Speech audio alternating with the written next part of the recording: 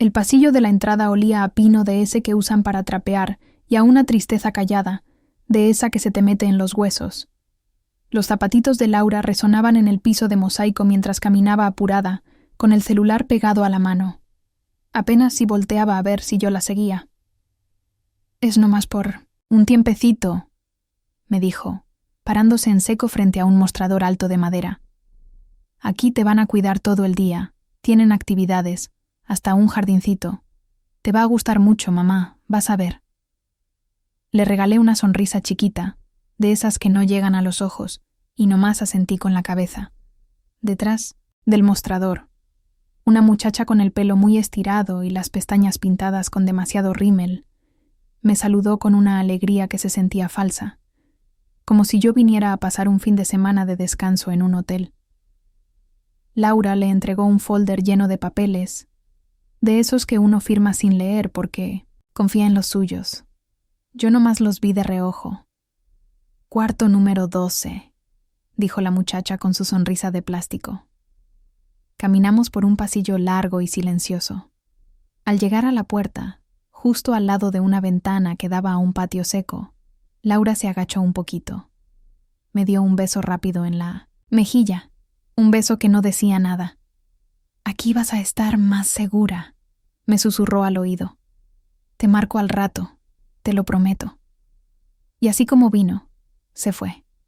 No hubo una mirada larga, ni un adiós de verdad, solo el roce de su blusa cara y el ruido del motor de su camioneta perdiéndose a lo lejos antes de que yo siquiera pudiera abrir mi maleta. El cuarto era chiquito, pero se veía limpio. Una cama para una sola persona con una colcha de flores ya descolorida, un burocito de madera oscura y una silla tiesa junto a la ventana. Me pasé toda la tarde sentada ahí, escuchando el rechinido de las sillas de Nonetsi, ruedas que iban y venían por el pasillo. Nadie vino a tocar a mi puerta. Ya en la noche, conecté mi celular para cargarlo. Pensé en marcarle a mi comadre Rocío, no más para oír una voz conocida, para sentir que no estaba tan sola. Pero antes de que pudiera buscar su número, la pantalla se prendió con una notificación. Laura Cervantes te etiquetó en una foto. Con el dedo tembloroso, la abrí. Y ahí estaba mi hija, mi Laura, sonriendo junto a la alberca del Hotel Las Brisas, allá en Ixtapa. Detrás de ella estaba Ricardo, su marido, con la camisa abierta y un vaso en la mano. A los lados, sus suegros, con esa sonrisa de gente que nunca ha batallado por nada. Laura traía puesto el sombrero de palma que yo le había regalado en su último cumpleaños. Y abajo de la foto, unas palabras que se me clavaron como espinas. La familia es lo primero. Mil gracias a los mejores suegros del mundo por este viaje sorpresa. Qué afortunados de pasar esta semana en el paraíso. No me salieron las lágrimas. No aventé el celular contra la pared. No grité. Nomás sentí un frío que me recorrió todo el cuerpo. Con una calma que ni yo misma entendía, abrí mis contactos, busqué el número del licenciado Benítez y le marqué. La vida a veces te da unas sacudidas que te dejan viendo todo con una claridad que duele. Una claridad que te obliga a despertar de golpe, aunque no quieras. Y en ese cuarto silencioso, con el olor a pino y a tristeza, yo sentí que acababa de despertar de un sueño muy largo. Cuando nació mi Laura, yo tenía 26 años y me faltaban 2 semestres para terminar mi carrera de historia en la Universidad Michoacana. Mi sueño era trabajar en el Archivo Histórico de Morelia, rodeada de papeles viejos que guardan las historias de antes, de manuscritos con letras que ya casi nadie entiende, en ese silencio que huele a tiempo. Mi Javier, que en paz descanse, se reía y me decía que esas eran mis fantasías, pero siempre lo decía con cariño, con esa sonrisa que le achinaba los ojos. Cuando nació la niña, ya no volví a la escuela. Un semestre se hizo 1 año, y el año se convirtió en una vida entera de llevarla a la escuela, de vender postres en las kermeses, de cuidarla cuando le daba gripa, y de pasar noches en vela en las juntas de padres de familia. Nunca lo vi como un sacrificio, de verdad que no. En ese entonces, yo amaba ser su mamá por encima de todas las cosas. Pero el amor, a veces, va llevando una cuenta en silencio. Una cuenta que uno no ve hasta que ya es muy tarde. Cuando entró a la universidad, tuve que usar el dinero del seguro de vida que me dejó Javier para poder pagarle las colegiaturas. Ella nunca lo supo. Creyó que con la beca que le habían dado alcanzaba para todo. Nunca me preguntó de dónde salía el resto, y yo nunca le dije. Cuando se casó con Ricardo, yo sonreí y aplaudí en la iglesia, aunque me sentía como un fantasma en la primera banca. Estaba ahí, pero era como si nadie me viera. La familia de él tenía dinero, de ese que se nota. Dueños de una cadena de refaccionarias por todo el Bajío. Tenían esa manera de hablar, ese aire de gente importante que no se dice con palabras, pero se siente en cómo agarran los cubiertos, o en cómo pronuncian Manzanillo, como si fuera el patio de su casa. Querían comprarse una casa, de descanso en la playa. Los papás de Ricardo les ofrecieron ayudarles con un préstamo. Yo vendí la casita que me heredaron mis padres en el centro de Morelia, esa de patio grande y macetas de geranios. Para que no tengan deudas, les dije, entregándoles el cheque como si fuera una bendición. Laura me dio un beso en la mejilla y me dijo, «Eres la mejor mamá del mundo». Cuando nacieron los cuates, Mateo y Valentina, me volví a mudar. Me fui a un departamentito rentado a 3 cuadras de su casa para poder ayudarles. Me convertí en la sombra que sostenía sus vidas. Que si había que recoger a los niños de la escuela, que si llevarlos a natación, que si la cita con el dentista.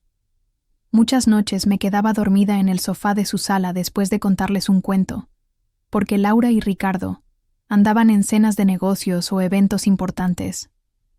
Yo pensaba que con eso me estaba ganando algo. No. Gratitud. No era eso, sino un lugarcito en sus vidas. Y ahora, aquí sola, en este cuarto que olía a limpio pero se sentía vacío, con un botón rojo de emergencia colgado del cuello, y mi nombre, Elena, escrito con plumón en un vaso de plástico, me lo preguntaba una y otra vez. ¿Alguna vez fui algo más que una ayuda, que una conveniencia? ¿En qué momento el dar deja de sentirse como amor y empieza a sentirse como si te estuvieras borrando a ti misma, pedacito a pedacito? Es solo por unas semanitas, mamá, me había dicho Laura unos días antes, sosteniendo su vaso de café de Starbucks, como si fuera un papel importante. Para que descanses, para que recargues pilas, para que tengas tu propio espacio. Lo dijo con esa amabilidad falsa, con ese tonito que usa la gente para decirte las cosas que ya decidieron por ti. ¿Quieres decir un asilo?, le respondí, cruzando las manos sobre mi falda para que no viera cómo me temblaban. Se molestó, lo vi en sus ojos. No, mamá, no es un asilo, es una residencia para adultos. Vas a tener tu propio cuarto, tu privacidad, te van a dar tus comidas, vas a ver a alguien que te ayude con tus medicinas. Luego añadió, como si eso lo arreglara, todo. A la mamá de Ricardo le encantó el lugar donde está, allá en la costa. Claro, la mamá de Ricardo tenía una enfermera particular y una cava llena de vinos en su cuarto. Yo tenía las rodillas que me dolían con el frío y un tupper con sopa de fideos que recalentaba en el microondas. A pesar de todo, acepté. No quise pelear. Me dije a mí misma que era algo pasajero, no más una parada en el camino, no el destino final. Qué equivocada estaba. El personal de aquí era amable, sí, pero con una amabilidad ensayada, de esas que cansan. Todos sonreían demasiado, como si estuvieran en una obra de teatro. En el comedor había un pizarrón de corcho lleno de anuncios con letras de colores. Noche de cine, Pedro Infante, tarde de lotería, yoga en silla. Nunca en mi vida me había sentido tan vieja, tan inútil, tan programada. Mi cuarto daba a un patiecito interior con una fuente de 1960, cantera que ya no servía, y un bebedero para pájaros siempre vacío. Al segundo día, quise salir a caminar un poco, a que me diera el aire de la calle. Apenas había llegado a la reja del jardín, cuando una de las enfermeras, una muchacha joven, me alcanzó casi corriendo. «Señora Elena», me dijo, tratando de sonar amable. «Si va a salir de las instalaciones, necesitamos que nos firme un papel en la recepción». Yo me sorprendí. «Ah, no voy lejos», le contesté. «Nomás aquí a la banqueta, a ver pasar los coches». «Lo siento», dijo ella, sin dejar de sonreír. «Es por su seguridad, para cuidarla». La sonrisa era para mí, pero sus dedos ya estaban cerca del radio que traía colgado en el cinturón, por si acaso. Esa noche, cuando regresé a mi cuarto después de la cena, escuché el clic de la puerta principal al cerrarse con llave. Fue un sonido suave, limpio, casi imperceptible. Pero para mí sonó como el cerrojo de una cárcel.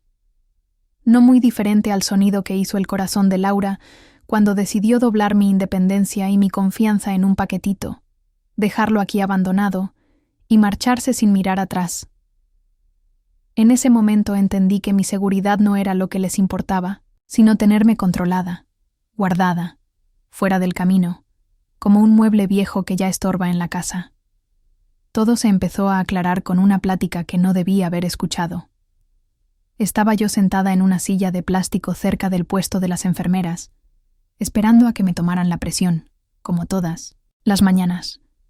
2 auxiliares, de esas que andan siempre apuradas de un lado para otro, estaban cuchicheando, pensando que yo no les ponía atención.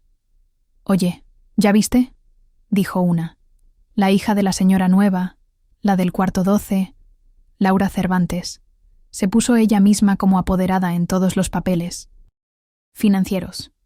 La otra asintió con la cabeza, mientras acomodaba unas gasas en un carrito. «Qué lista. Para tener el control de todo, ¿verdad?». La primera soltó una risita. «Pues sí. Últimamente se andan apurando mucho con esos trámites, sobre todo cuando hay casitas o terrenos de por medio». Sentí que el aire se me iba. Apoderada financiera. Se me vino a la mente la semana pasada. Laura había llegado a mi departamento con un montón de papeles. «Son para lo del médico, mamá.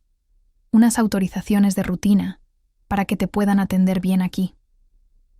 Yo estaba cansada, agobiada con la idea de la mudanza. Ella me puso los papeles en la mesita y me dio una pluma con esa sonrisa suya, esa sonrisa eficiente que usa cuando quiere que algo se resuelva rápido y sin preguntas. Y yo firmé, sin leer, confiando ciegamente en mi propia hija.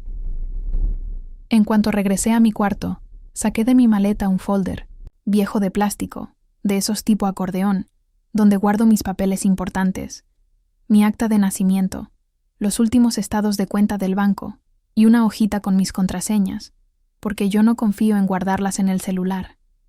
Con el corazón latiéndome a 1000 por hora, busqué el número del licenciado Benítez, el abogado que nos ayudó con el testamento de Javier allá en Morelia, y le dejé un mensaje en su contestadora. A la mañana siguiente, muy temprano, me devolvió la llamada. «Doña Elena, qué gusto oírla», me dijo.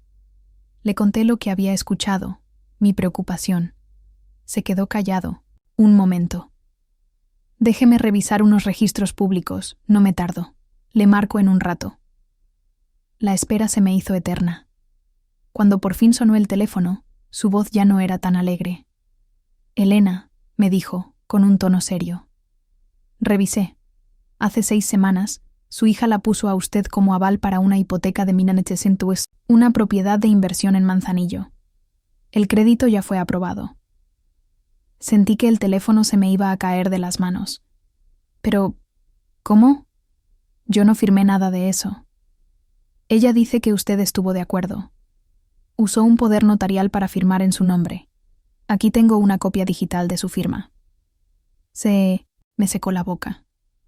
Recordé la pluma, los papeles amontonados, mi cansancio, mi propia firma, mi nombre, usado como un arma en mi contra. La voz del licenciado se suavizó un poco. también registró un poder general para actos de dominio ante un notario. Eso le da control total sobre sus bienes. Va a ser difícil de impugnar, pero no imposible. Me levanté despacio de la silla, sintiendo el dolor en cada una de mis rodillas. Caminé hacia la ventanita que daba al estacionamiento. Un viejito en silla de ruedas les estaba aventando migajas de pan a las palomas. ¿Puede congelar todo? Le pregunté con un hilo de voz. Por supuesto, respondió él, sin dudar ni un segundo. Cuentas bancarias, autorizaciones, todo lo que esté a mi alcance. Lo bloqueo ahora mismo. Hágalo, por favor, le dije. Siempre supe que Laura era buena para los negocios, para manejar el dinero. Lo que nunca me imaginé es que yo, su madre, también era parte de su portafolio de inversiones. Yo no era de las que se la pasan viendo las redes sociales. Apenas sí sabía cómo usar el Facebook. Pero hace años le había pedido a uno de mis nietos que me enseñara a buscar la página de Instagram de Laura. Era como tener una ventanita para ver su vida. Una ventanita que casi nunca me atrevía a abrir, porque casi siempre terminaba sintiéndome más lejos de ella. Esa noche, después de la llamada con el licenciado Benítez, con el corazón hecho un nudo, la abrí. La primera foto que vi me dejó sin aire. Era Laura, de pie en un balcón con un vestido blanco muy elegante, de esos de lino, y un sombrero grande que le tapaba media cara. Detrás de ella, el mar de Ixtapa, de un color azul turquesa que parecía de mentira, un azul que no tenía fin. Y el texto que acompañaba la foto era como una bofetada, un descanso, más que merecido. Agradecida con los papás de Ricardo por regalarnos este tiempo en familia. Mi mamá no hubiera aguantado el vuelo, pero está en un lugar seguro y bien cuidada. Al final, todos salimos ganando. ¿Todos ganamos? Miré la pantalla del celular, sintiendo cómo el pulso se me aceleraba, pero ya no era de dolor, sino de una rabia fría, de una claridad que asustaba. Deslicé el dedo hacia abajo. Otra foto. Ella y Ricardo en una cena en la playa, abrazando a sus suegros. Todos traían collares de flores y sonreían a la cámara, con unas antorchas encendidas detrás de ellos que les iluminaban las caras. Los comentarios de sus amigos empezaron a llover. ¡Qué guapos! Qué bueno que la convenciste de que se quedara en la residencia con amiga. Te mereces este descanso. Otro decía, haces tanto por tu mamá, te admiro. Nadie sabía la verdad. Nadie sabía que su descanso era mí. Jaula. No contesté. No escribí nada para corregir su mentira. ¿De qué hubiera servido? En lugar de eso, me levanté y abrí el cajón del buró. Saqué mi cartera de viaje, una que no usaba desde hacía años. Adentro, bien guardados, estaban mi pasaporte, mi acta de nacimiento original y 4,000 pesos, en efectivo que había ahorrado de mi pensión, de ese dinerito que guardaba por si se ofrecía. Abrí la aplicación del clima en mi celular. El pronóstico para Puerto Vallarta para los próximos días era de cielo nublado, con probabilidad de lluvia. Perfecto. El sol brillante no iba conmigo en estos momentos. Me senté en el borde de la cama y cerré la pequeña maleta que apenas había desempacado. Este lugar, esta residencia con olor a pino, no iba a ser mi prisión. No. Pero para aquellos que me habían metido aquí, para ellos sí que se iba a convertir en una. La venganza, a veces, no necesita gritos ni pleitos.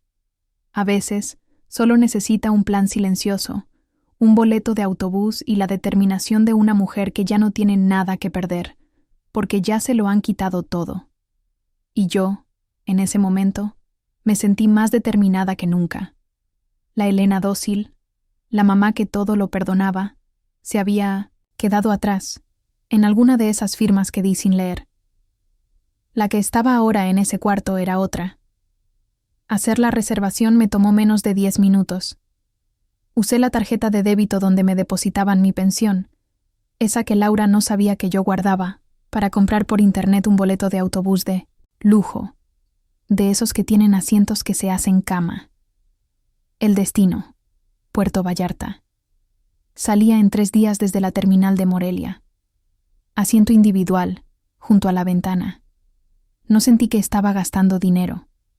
Sentí que estaba comprando un boleto para volver a respirar. Para la escapada, tuve que esperar a que fuera de noche. A esa hora, los pasillos de la residencia se quedaban en silencio. Los viejitos ya estaban en sus cuartos, después de haber jugado a la lotería en el salón principal. Me puse mi abrigo azul marino, el que tiene bolsas grandes y profundas. En una guardé el celular y el cargador. En la otra, mi pasaporte y el dinero en efectivo. Marta, una de las enfermeras de la noche, una señora ya grande con la que había hecho amistad porque a las 2 nos gustaban los crucigramas y nos caía mal la gelatina sin sabor que daban de postre, me encontró cerca de la puerta lateral, la que usan para sacar la basura. ¿Está segura de lo que va a hacer doña Elena?, me susurró, mirando de reojo la camarita de seguridad que parpadeaba en una esquina del techo. Más segura que nunca en mi vida, Marta, le contesté, apretando la correa de mi bolso. Sin decir una palabra más, sacó una llave de su bolsillo y le quitó el seguro a la puerta. El aire fresco de la noche me pegó en la cara. Le di un abrazo rápido, un abrazo lleno de agradecimiento. Gracias por todo, le dije. No regrese por aquí, a menos que sea de visita, ¿eh?, me dijo, guiñándome un ojo. Le sonreí. Afuera, la calle estaba oscura y solitaria. Caminé un par de cuadras hasta la avenida principal, con el corazón latiéndome fuerte, no de miedo, sino de emoción. Un taxi pasó y le hice la parada. A la central de autobuses, por favor, le dije al chofer, con una voz que sonaba más firme de lo que me sentía. En 1900, lugar de irme directo a la terminal, le pedí que me dejara en un hotelito sencillo que estaba enfrente. Reservé un cuarto por una noche. Necesitaba descansar, pensar bien las cosas, y sobre todo, que pasara un poco de tiempo antes de que Laura se diera cuenta de mi ausencia. Dormí como no había dormido en meses, sin interrupciones, sin el sonido de los carritos de medicinas en el pasillo. Al día siguiente, crucé la calle y me subí al autobús. Fue el primer viaje que hacía en años sin que nadie me estuviera esperando en mi destino, sin tener que darle cuentas a nadie. 2 días después, cuando ya estaba instalada en un pequeño hotelito en el centro de Puerto Vallarta, lejos de la zona turística, sonó mi teléfono. Era Laura. En la pantalla, su nombre parpadeaba, pequeño y lejano. Dejé que sonara una vez, 2 veces. A la tercera, el timbre se cayó. No contesté. Tomé un sorbo de mi café, mirando por la ventana la vida de la calle. La gente que iba y venía sin prisa. Laura no tardaría en descubrir que la jaula estaba vacía. Algunos se escapan haciendo mucho ruido, con sirenas y escándalos. Otros, simplemente, compran un boleto de autobús con asiento junto a la ventana y no dejan ninguna nota. El mensaje en el buzón de voz llegó a la mañana siguiente. No hubo un saludo, ni un «¿Cómo estás, mamá?». Nada. Solo se escuchó un ruido como de estática y luego la voz de Laura, dura, llena de una furia que apenas podía controlar. «¿Qué demonios hiciste?», dijo, casi gritando. «Las tarjetas no pasan. Ricardo está tratando de cerrar el pago de un enganche y en el banco le dijeron que tus cuentas están bloqueadas. Congelaste todo. ¿Te volviste loca?». Hizo una pausa, como para tomar aire. Se escuchó un suspiro, de esos que están llenos de coraje. «Como no contestas el ni no menos teléfono, espero que escuches esto. Ese negocio de la casa de Manzanillo es muy importante. Si perdemos la tasa de interés preferencial por tu culpa, me las vas a pagar. Márcame en cuanto oigas esto». Borré el mensaje sin terminar de escucharlo. No sentí culpa, ni miedo. Solo una calma fría. Ese mismo día, por la tarde, volvió a llamar. Esta vez sí contesté. Estaba sentada en una banca del malecón, viendo a las olas romper contra las piedras y sintiendo la brisa del mar en la cara. ¿Por qué estás haciendo esto? Me soltó, sin siquiera decir, hola. ¿Tienes idea del problema en el que nos metiste? Me tomé mi tiempo para contestar. Me estoy tomando un descanso, hija, le dije, con la voz más tranquila que pude, justo como tú me lo recomendaste. ¿Un descanso? Congelaste todo sin decirme una palabra, gritó. Se oía el eco de su voz. Seguro estaba en un cuarto vacío. Bueno. Es que no creí que fuera necesario avisarte, le respondí, viendo a una gaviota que se paraba muy cerca de mí. A mí tampoco me consultaron cuando usaron mi firma para sacar una hipoteca. Se quedó callada. Pude imaginar su cara de sorpresa. Eso fue por tu bien, dijo al fin, tratando de sonar razonable, pero la voz le temblaba de coraje. Tú no entiendes cómo funcionan estas cosas, los negocios. Ricardo y yo solo queríamos asegurar tu futuro, y el nuestro. Dejé escapar una risita amarga. No, Laura. Ahora entiendo perfectamente cómo funcionan las cosas. Asumieron que yo ya no me daba cuenta de nada, que podían hacer y deshacer con lo mío. Pensaron que era un mueble viejo que podían arrumbar en un rincón y usar cuando les conviniera. Hubo otro silencio, esta vez más largo, más tenso. Cuando volvió a hablar, su tono era bajo, amenazador, disfrazado de lástima. Te vas a arrepentir de esto, mamá. Te vas a quedar sola y te vas a arrepentir. Le sonreí al mar, aunque ella no pudiera verme. Hija, yo ya me he arrepentido de muchas cosas en esta vida. Sobre todo, de no haber hecho esto mucho antes. Y con eso, terminé la llamada. Colgué. Abrí la aplicación del buzón de voz y borré el registro de su llamada. No lo hice por coraje, sino por paz. A veces, la mejor venganza no es un grito, no es una pelea. A veces, la venganza más filosa es simplemente poner los papeles en orden, recuperar tu nombre y colgar el teléfono en el momento justo. Yo siempre voy a cuidar de ti, mamá. Laura me lo había dicho el año en que murió Javier. Estábamos sentadas en el patio de mi casa en Morelia, esa que ya no tengo. El café de olla se enfriaba sobre la mesita de herrería y sus manos jóvenes cubrían las mías, que ya empezaban a arrugarse. Sus palabras sonaron como una promesa, sagrada, como un juramento. Tú me lo diste todo. Cuando llegue el momento, cuando tú me necesites, yo voy a estar ahí para ti. Y yo le creí. Claro que le creí. Así como le creí cuando me llamó llorando, destrozada, cuando se divorció de su primer marido. Yo no lo pensé 2 veces. Tomé un avión al día siguiente, llevándole en una maleta un guisado de pollo en mole que a ella le encantaba, y en mi bolsa todos mis ahorros de la jubilación para que pudiera empezar de nuevo. Ella durmió 3 días seguidos, mientras yo le desempacaba sus cosas y trataba de armar los pedazos rotos de su vida. Naliam. Creí también cuando, después de que nació Mateo, el primer cuate, le dio una depresión tan fuerte que no podía levantarse de la cama. Dejé mi vida en pausa y me mudé con ellos 6 meses. Cambié pañales, preparé biberones a medianoche, hice enchiladas y aprendí a arrullar a un bebé otra vez, con mis dedos ya tiesos por la artritis y un dolor de cadera que no me dejaba en paz. Yo nunca fui de esas madres que llevan la cuenta de los favores, pero tenía buena memoria. Recordaba todo. Ella me decía que yo era su ancla, su roca, la que siempre estaba ahí para sostenerla. Y de repente, de un día para otro, dejé de ser el ancla para convertirme en una carga.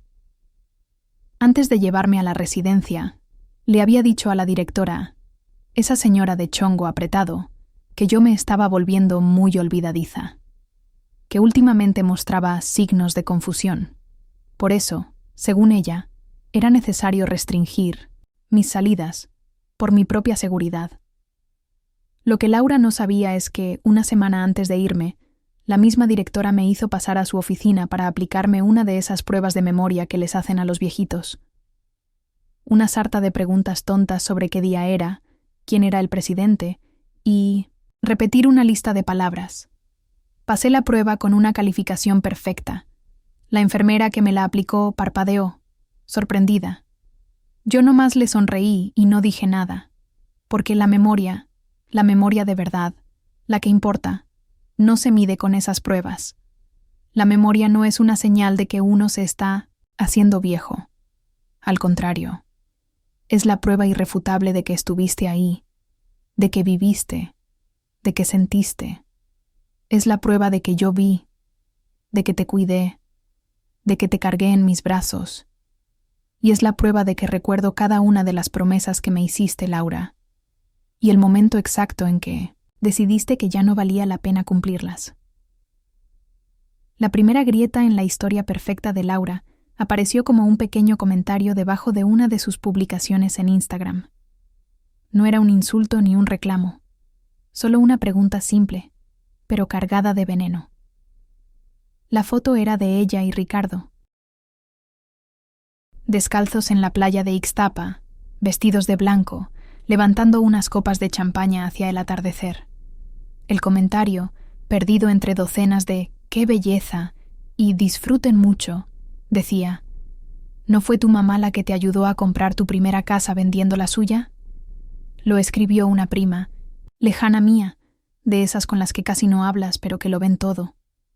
Laura no me había bloqueado de sus redes. Seguramente pensó que no era necesario. Yo nunca había sido una mujer de escándalos. Siempre prefería arreglar las cosas en silencio, o simplemente aguantar. Pero Internet, ese mundo raro, tiene su propia memoria, una memoria que no se puede controlar. Y a esa primera pregunta le siguieron otras. Oye, ¿y tu mamá no se mudó cerca de ti para cuidarte a los niños? Espero que tu mami también esté disfrutando de unas buenas vacaciones. Laura no contestaba, pero tampoco borraba los comentarios, al menos no al principio. Ese fue su primer error. Mi ahijada, Jimena, vio la publicación.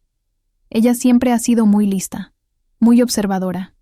Vive en Guadalajara y trabaja en una organización que ayuda a la gente a conseguir vivienda digna. Hacía meses que no hablábamos, pero esa misma tarde me mandó un mensaje de WhatsApp. Madrina, vi unas cosas en el Instagram de Laura. ¿Todo bien? Esa historia del viaje sorpresa de sus suegros me suena rara. No le respondí. No hacía falta. 2 días después, me escribió de nuevo. Madrina, no me lo tomes a mal, pero le conté tu historia, sin decir tu nombre, claro, a una amiga que es periodista. Están preparando un reportaje sobre el abuso financiero a los adultos mayores. El artículo se va a llamar «Cuando los padres se vuelven un estorbo». Me quedé mirando esas palabras en la pantalla del celular. Un estorbo. Las leí una y otra vez. Cuando el artículo se publicó en un portal de noticias en línea, no mencionaba mi nombre ni el de Laura. No era necesario. Pero la historia era un reflejo exacto de la mía. Madre del centro del país vende su patrimonio para apoyar a su hija. Años después, la hija utiliza un poder notarial para hipotecar los bienes restantes de la madre, mientras la interna en una residencia y se va de vacaciones de lujo. Los detalles eran generales, pero la verdad era tan clara y filosa como un pedazo de vidrio roto. La historia empezó a compartirse. Blogs de apoyo a personas mayores lo retomaron. Grupos de mujeres en Facebook lo compartieron indignadas. Algunos de los amigos de Laura, de esos que no le comentaban nada en años, comenzaron a etiquetarla en la publicación, acompañando la etiqueta con emojis de ojitos curiosos y preguntas directas. Laura, esto no se parece a... Amiga, tú... ¿Mamá está bien? Esa misma semana, la cuenta de Instagram de Laura Cervantes desapareció. Simplemente, se la tragó la tierra. No sentí alegría ni satisfacción. No contesté los mensajes de parientes lejanos ni de exvecinas que de repente se acordaron de que yo existía. Solo me quedé sentada en mi cuarto de hotel, viendo cómo la verdad, esa que yo había guardado tanto tiempo, se abría paso por el mundo. Así es la verdad, siempre quiere salir, y se mueve en silencio, con paciencia, como el agua, que siempre encuentra una grieta por donde filtrarse. Llegamos a Pátzcuaro al amanecer. El cielo estaba cubierto de nubes grises, de esas que anuncian lluvia, pero una lluvia mansa, sin truenos ni tristezas. La campana de la basílica soltó un tañido grave y largo que se extendió por todo el pueblo. Yo estaba de pie en la plaza, viendo la estatua de Vasco de Quiroga, sintiendo el aire fresco de la mañana. Este lugar se sentía como un recuerdo viejo, familiar, como algo que conocía de toda la vida, aunque nunca hubiera estado aquí. La oficina del notario estaba en el segundo piso de una casona vieja en la calle de Doctor Cos, justo arriba de una tienda de artesanías. Olía a madera vieja y a barro. La secretaria, una señora amable con un rebozo morado, me ofreció un café de olla. Le dije que no, gracias. Hay cosas que he aprendido con los años. Hay sabores que es mejor no volver a probar para no traer recuerdos que lastiman. El notario, el licenciado Vargas, era un hombre más joven de Mínira, lo que yo esperaba, de trato serio, callado y eficiente. No me hizo ninguna pregunta personal cuando deslicé sobre su escritorio de madera la copia de mi testamento, el que había firmado hacía tantos años. Quiero cambiarlo todo, le dije, con la voz firme. Él solo asintió. Abrió un documento nuevo, en su computadora, y destapó una pluma de tinta negra. Muy bien, doña Elena. Empecemos por el albacea. Y así, palabra por palabra, fuimos borrando el pasado y escribiendo un futuro nuevo. Laura quedó fuera de todo, completamente eliminada. En su lugar, la casa de Morelia, esa que el licenciado Benítez estaba peleando por recuperar y que sabía que recuperaríamos, iría para el refugio La Esperanza, un albergue para mujeres y niños maltratados, donde yo hice voluntariado por muchos años, después de que Javier murió. Mis ahorros, lo que quedaba de la pensión de mi esposo y la pequeña, herencia que alguna vez guardé para el futuro de Laura, se dividirían en 3 partes. Una para la Biblioteca Pública de Morelia, otra para un fondo de becas para madres solteras de Michoacán, y la última para el mismo refugio. No era venganza, era poner las cosas en su lugar. Era justicia. La ley pedía que firmara 3 copias de todo. El licenciado Vargas me observó mientras lo hacía, con mi mano temblorosa pero mi firma clara. Su mirada no era de juicio, solo de curiosidad. ¿Está segura de no querer dejarle nada a su familia directa?, me preguntó en voz baja. Ya les dejé todo lo que tenía, licenciado, le respondí mientras cerraba la pluma. Les di mi tiempo, mi salud, mi dinero y mi amor. Ya no me queda más. Ahora le toca a mi otra familia, a la que no comparte mi sangre pero sí mis valores. Asintió despacio y estampó su sello en cada una de las hojas. Esa misma tarde, usé parte del dinero que había sacado del banco para dar el anticipo de una casita de adobe con tejas rojas a las afueras del pueblo. 2 recámaras, un patio con un árbol de aguacate y una chimenea que funcionaba.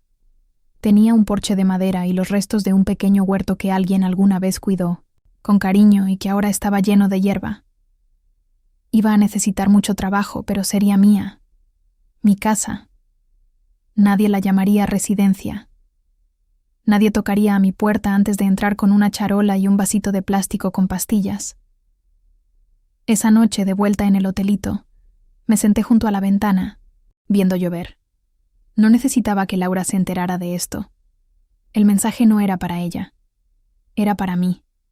Para esa Elena que se pasó la vida dando todo, creyendo que con eso bastaba para ser amada.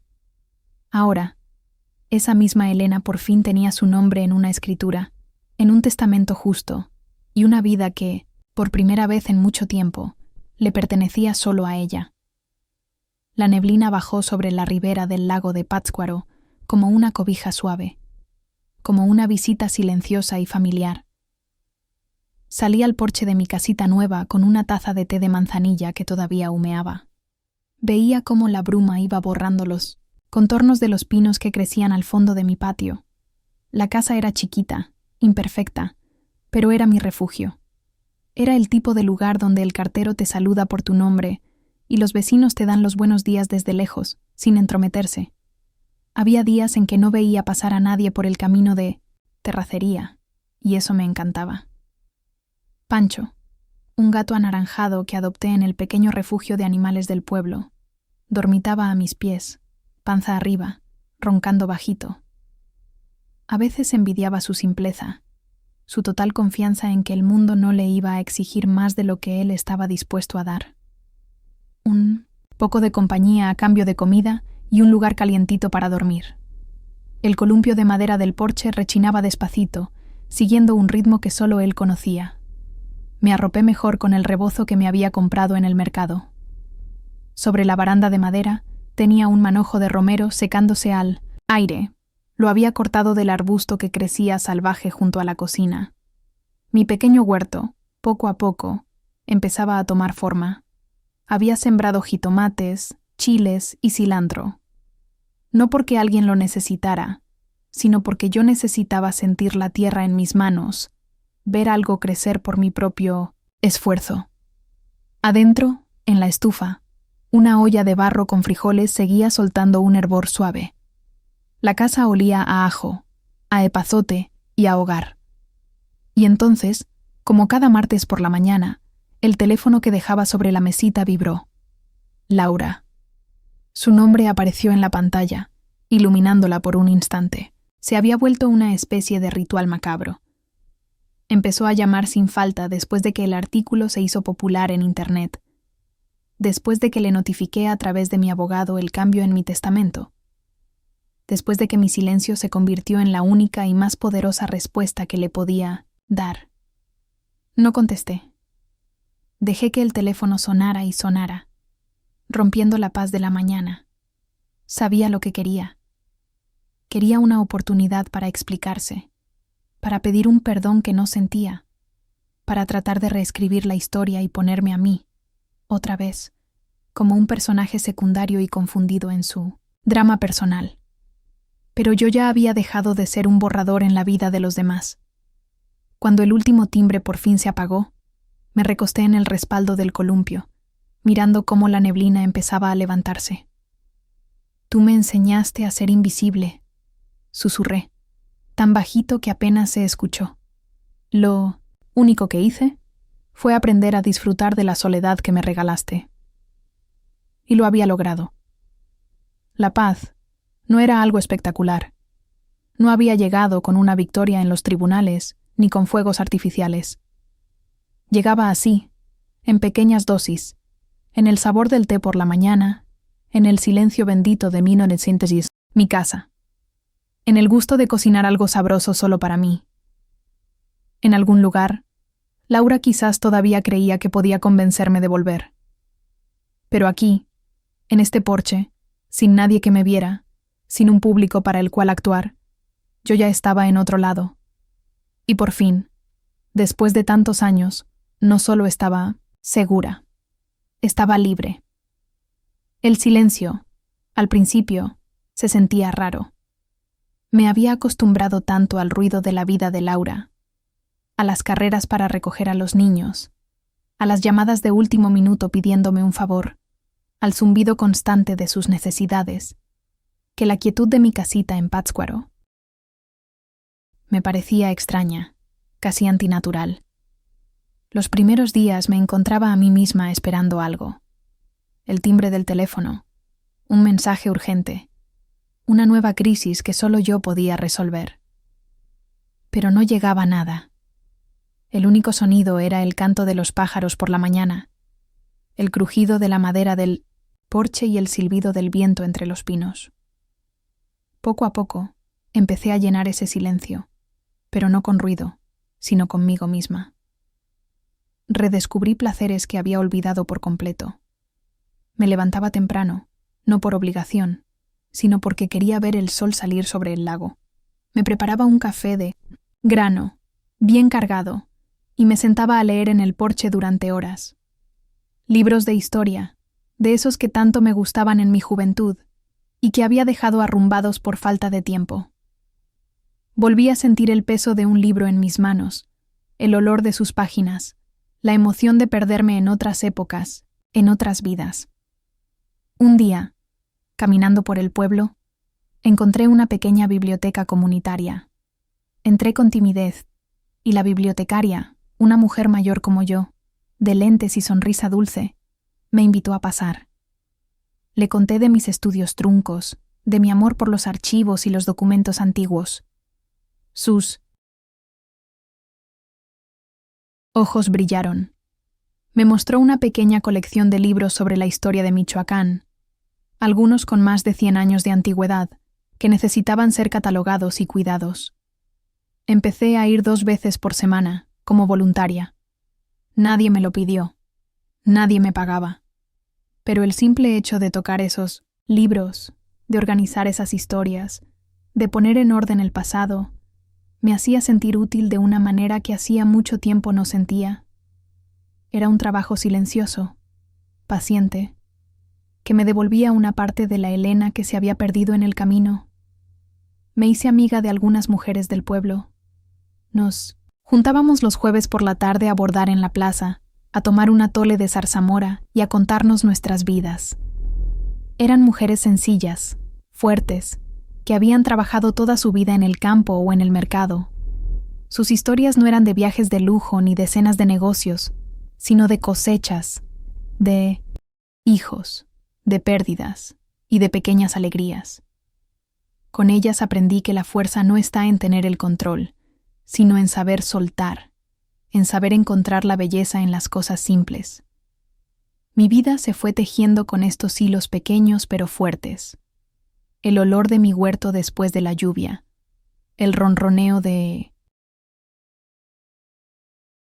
Pancho en mi regazo, las pláticas con mis nuevas amigas, el silencio respetuoso de la biblioteca, Laura, Ricardo, la casa de la playa, el poder notarial. Todo eso se fue volviendo un recuerdo lejano, como una película que vi hace mucho tiempo y que ya no me causaba dolor, solo una vaga tristeza, por la protagonista. Ya no revisaba si me llamaba. Dejé de esperar sus mensajes. Había construido una barda invisible alrededor de mi nueva vida.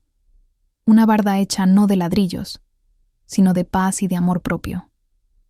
Un día, mientras regaba mis matas de jitomate, llegó el cartero. Era un muchacho joven que siempre me saludaba con una sonrisa.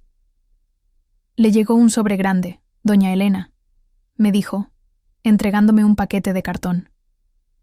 Venía de Morelia, del despacho del licenciado Benítez. Me senté en el porche, con las manos todavía sucias de tierra, y lo abrí con cuidado. Adentro venían varios documentos y una carta escrita a mano por el propio licenciado. La leí despacio. La batalla legal por la casa de Morelia había terminado. El poder notarial que Laura había usado fue declarado inválido por un juez, argumentando que se había obtenido con engaño, aprovechándose de mi confianza. La hipoteca sobre la propiedad en Manzanillo había sido cancelada y la casa, mi casa, la que fue de mis padres, volvía a ser legalmente mía, libre de toda deuda y de toda trampa.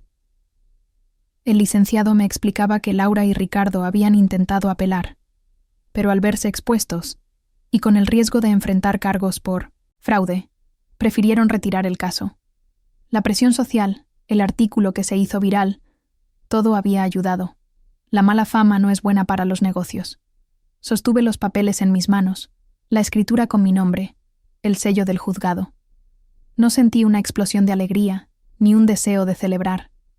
Lo que sentí fue una profunda sensación de alivio, como cuando uno ha cargado algo muy pesado por mucho tiempo y por fin lo puede soltar.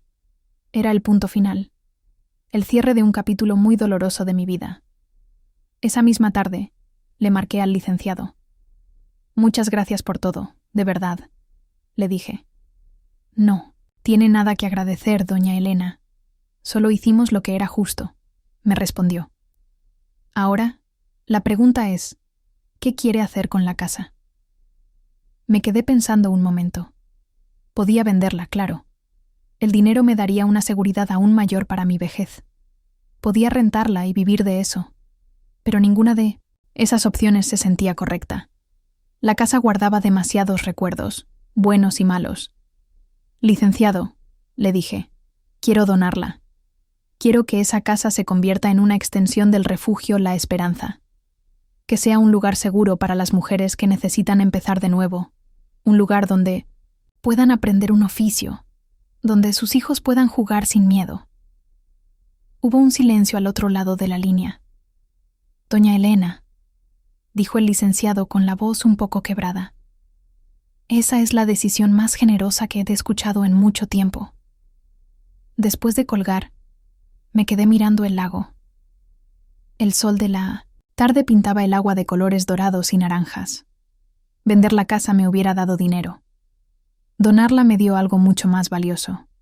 La certeza de que mi historia, mi dolor, no había sido en vano. Se iba a transformar en una oportunidad para otras, en un techo, en un nuevo comienzo. El ancla que una vez fui para mi hija ahora serviría para sostener a otras mujeres que, como yo, habían estado a la deriva. Y esa idea me trajo una paz más grande que cualquier cuenta de banco.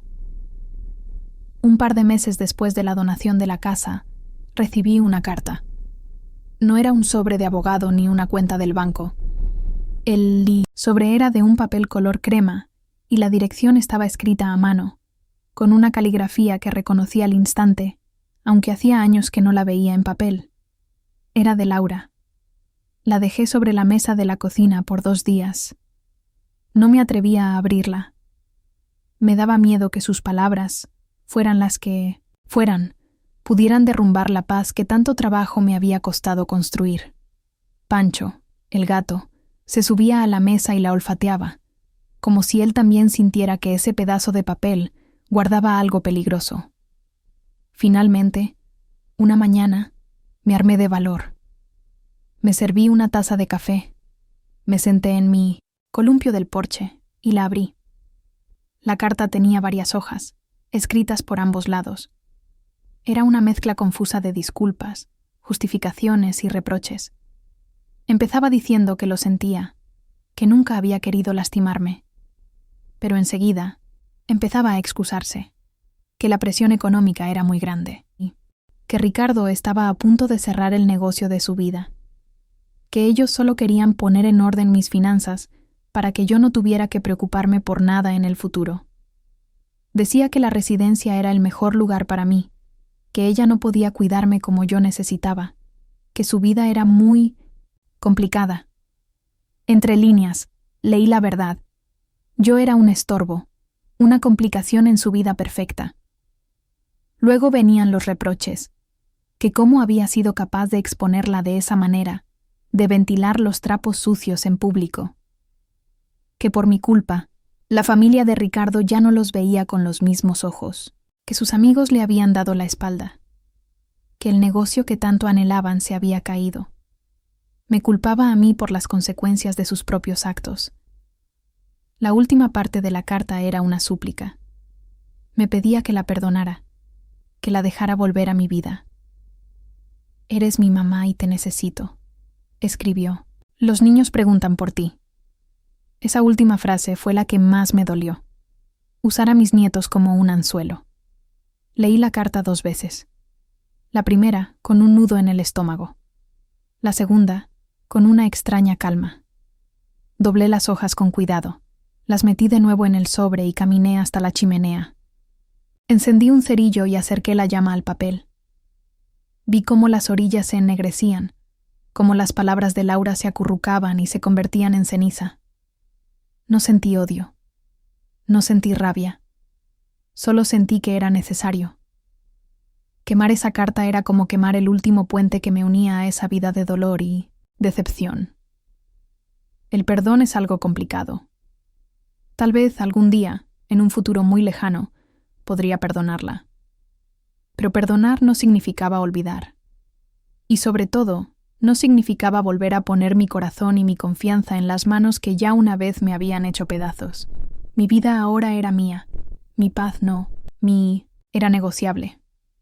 Y en el humo que subía por la chimenea, dejé ir a la mujer que había sido, a la madre que lo daba todo sin pedir nada a cambio. Ya era hora de cuidar de mí misma.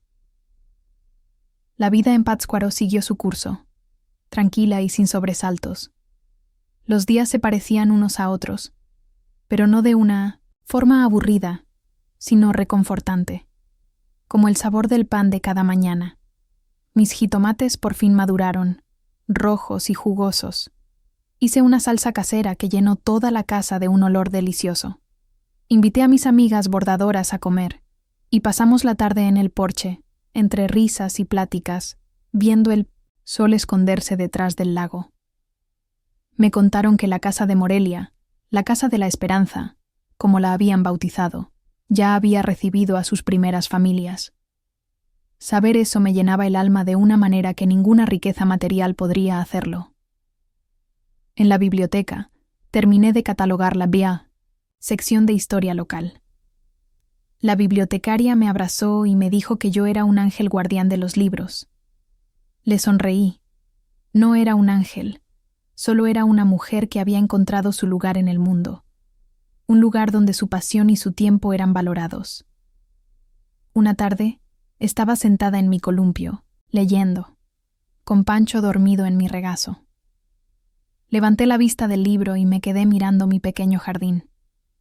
Las flores que había sembrado empezaban a abrirse, llenando el aire de colores y perfumes. El árbol de aguacate estaba cargado de frutos.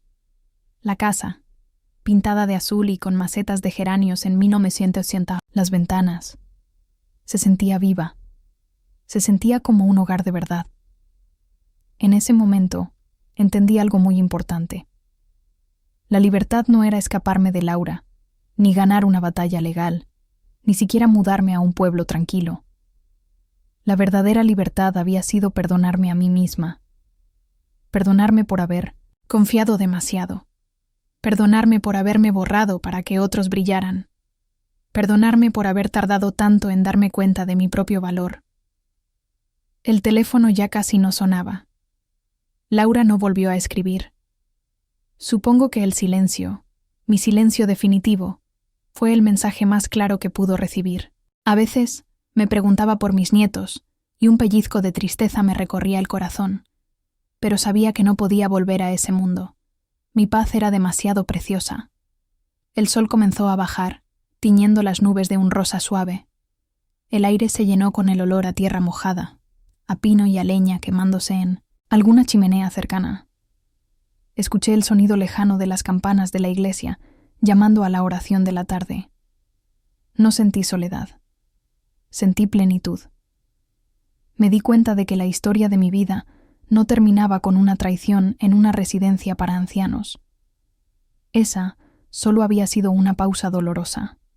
Mi verdadera historia, la que yo estaba escribiendo ahora, era sobre una mujer que, con las rodillas adoloridas y el corazón remendado, aprendió a construir su propio refugio, a cultivar su propio jardín y a encontrar la felicidad en el silencio de un atardecer junto a un lago.